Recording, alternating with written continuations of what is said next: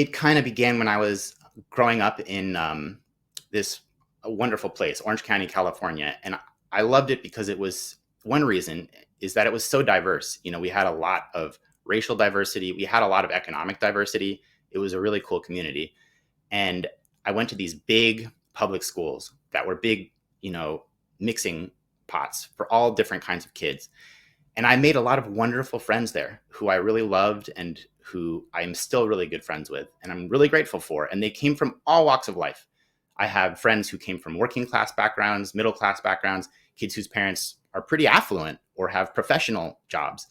And what I really was struck by with this experience was the contrast between how similar our lives were at school when we all had the same kinds of teachers, the same infrastructure. You know, we ate lunch in the same places, we played sports on the same teams, on the same, you know, open fields.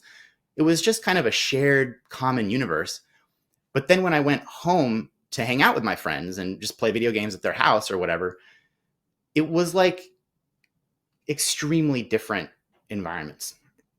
All of the parents of my friends, for the most part, were really supportive and really loving and nurturing, and often very funny and a great people to hang out with. But the kinds of opportunities that they provided to their kids to help them excel in school and build skills were very different.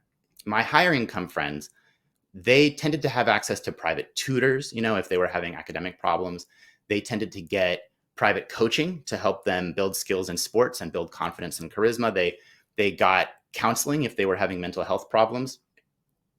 They also got a lot more help directly from their parents because their parents had the kinds of professional and academic credentials that gave them a leg up when it came to polishing up their math homework or revising their essays.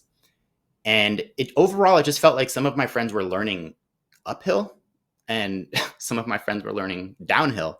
And nobody really talked about that. We would come to school, we'd sit in the same classrooms, we'd kind of even compete against each other in a good-natured way. And nobody seemed to acknowledge that we were not really playing by the same rules. We had enormously different opportunities in that what I know now is 90% of time that kids spend outside of school during childhood. So that just got me really interested in how these different opportunities were going to shape people's outcomes in adulthood.